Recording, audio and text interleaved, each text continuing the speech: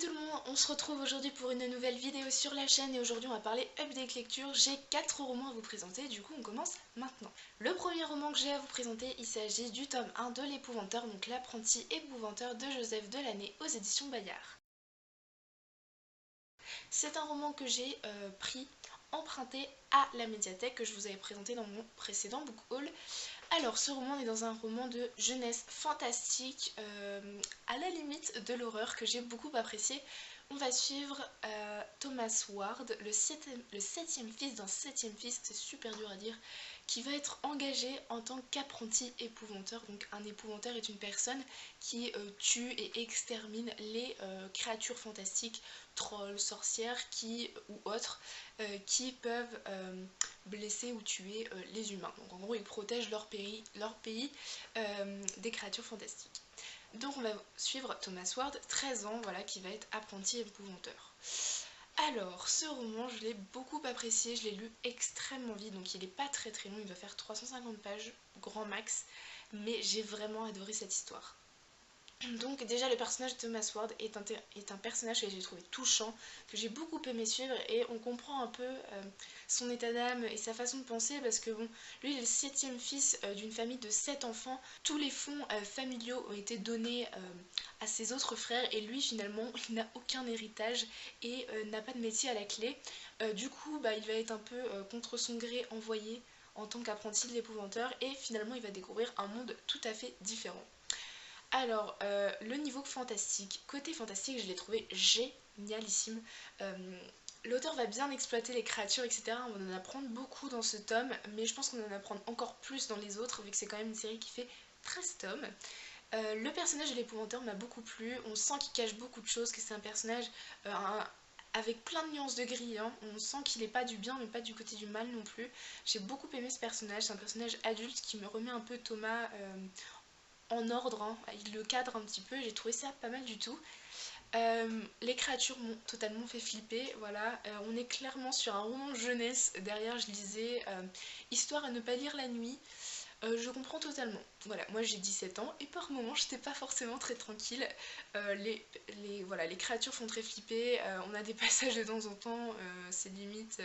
c'est à la limite de l'horreur quoi, mais c'est vraiment un bouquin pour la jeunesse, pour ceux qui veulent se faire peur, c'est parfait. Et enfin, la plume de Joseph Delaney est une plume fluide, addictive, qui se lit extrêmement bien. Voilà, donc j'ai adoré lire ce roman. J'ai hâte de lire le second tome. Ensuite, j'ai lu le tome 1 des Annales du Disque Monde, la 8e couleur de Terry Pratchett aux éditions Pocket.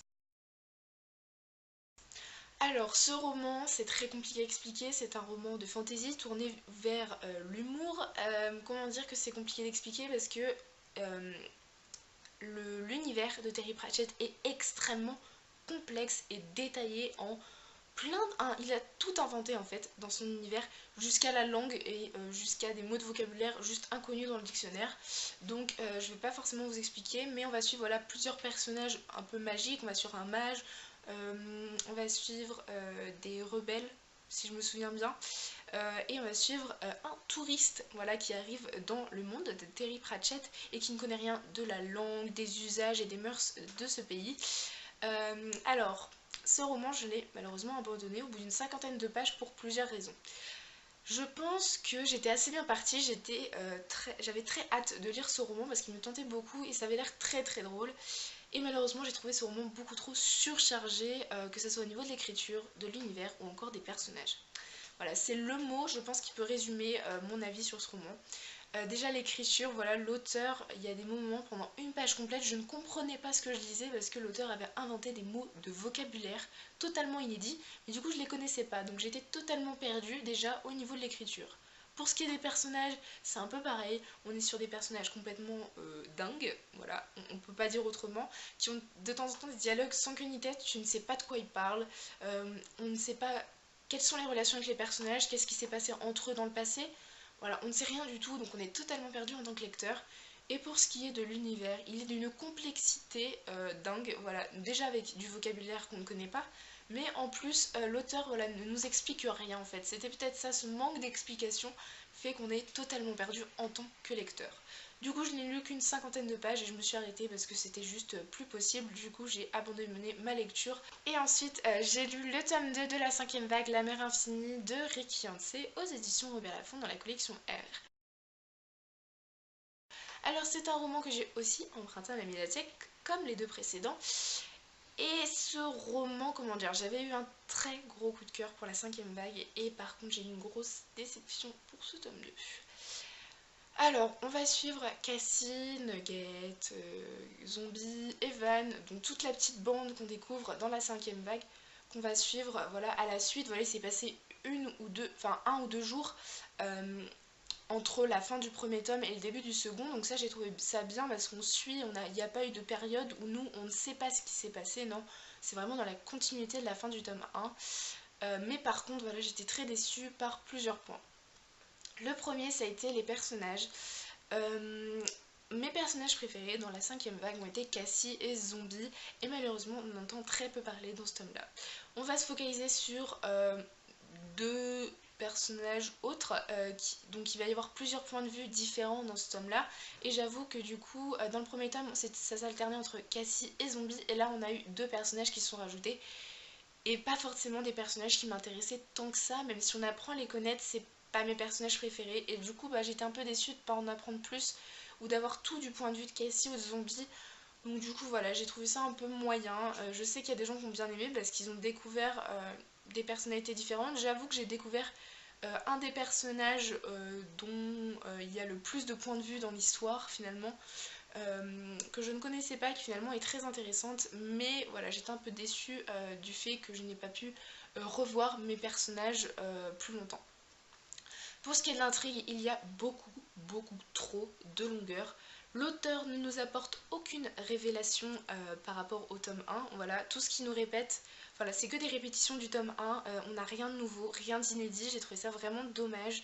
On a beaucoup de longueur et très peu d'action. Voilà, j'ai vraiment été déçue de ce point-là aussi parce que du coup, dans La Cinquième Vague, j'ai trouvé qu'il y avait plein d'actions, des révélations, on nous expliquait plein de choses et il y avait des moments d'action qui étaient vraiment génial, prenants. Et là, rien du tout. J'ai trouvé ça assez vide comme lecture, mais j'ai réussi à le lire jusqu'au bout grâce à l'écriture de Rick Yancey, qui est une écriture très prenante et fluide, malgré le fait que du coup là elle n'a pas été addictive à cause du manque d'action et du trop, de l'excès de longueur en fait finalement. Donc voilà, j'ai été assez mitigée sur ce roman, j'ai réussi à le finir parce que j'avais très envie de lire le tome 3, mais voilà, j'étais très déçue. Et enfin, je vais vous parler du coup de Le Miroir du Temps de Emmanuel Pitois de la Tour aux éditions Rebelles dans leur collection Chimère. Donc je vais déjà remercier les éditions Rebelles de m'avoir envoyé ce roman. Malheureusement, ça a été un abandon. Je n'aime pas abandonner les services presse parce qu'on me les envoie pour que je les chronique. Sauf qu'au bout de 50 pages, j'avais beaucoup trop de choses négatives à dire sur ce roman. Donc j'ai dit stop, ça ne servait à rien de rester sur 400 pages à essayer, à tenter de le lire si j'appréciais pas ma lecture, donc j'ai malheureusement abandonné ce roman. Donc je pense que les seules choses qu'il faut retenir de ce résumé, ce sont Versailles, Marie-Antoinette, 2010.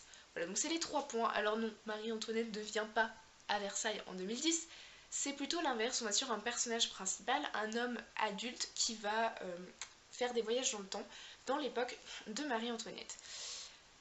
Alors, bon, je vais parler très brièvement de ce roman parce que je suis pas là pour le dénigrer non plus, mais j'ai eu beaucoup de mal déjà avec le personnage principal, qui est un personnage qui va faire un voyage dans le temps et qui finalement ça ne va pas du tout le surprendre.